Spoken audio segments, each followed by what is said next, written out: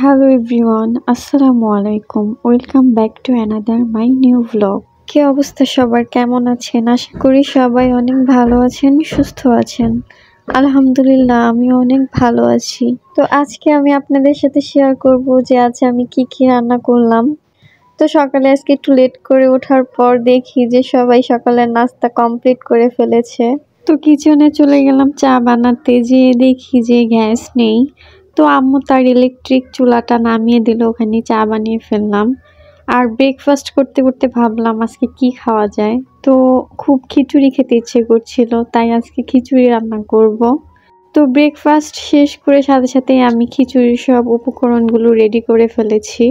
তো এখানে গাজর, আলু সবকিছু মিক্স করে আমি একটা খিচুড়ি রান্না করব। এটা আমার অনেক ফেভারিট। আর আমাদের ফ্যামিলিতে আলু সবাই অনেক পছন্দ করে, তাই আমি খিচুড়িতে আলুটা অ্যাড করব।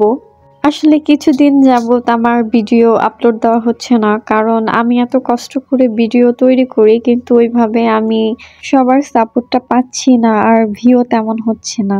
তাই ভাবলাম আজকে একটা শর্টকাট ভিডিও তৈরি করেই ফেলি। তো আপনাদের সাথে কথা বলতে বলতে আমার খিচুড়ি রান্না প্রায় হয়ে গেছে। আমি ঝোল দিয়ে কাঁচামরিচ দিয়ে ঢেকে দিয়েছি। আর এইদিকে আমি বেগুন ভাজবো, তো বেসিক কিছু মশলা মিক্স করছি। আর বেগুনটা অনেক বড় ছিল, তাই আমি মাঝখান দিয়ে কোট করে নিয়েছি যাতে মশলাটা এর সাথে ভালো মতো মিশে যায়। আর বেগুন ভাজা দিয়ে কিন্তু খিচুড়ি খুবই ভালো লাগে। আর আমার বেগুন ভাজা এমনিতেই অনেক ফেভারিট।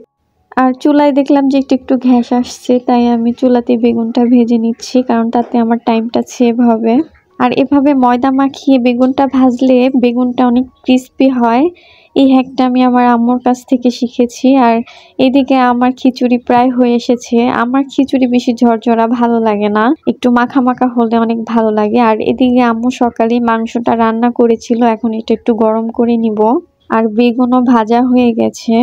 আর ভেবেছিলাম যে চিকেনও রান্না করব, তো গ্যাস ছিল না তাই আর রান্না করিনি।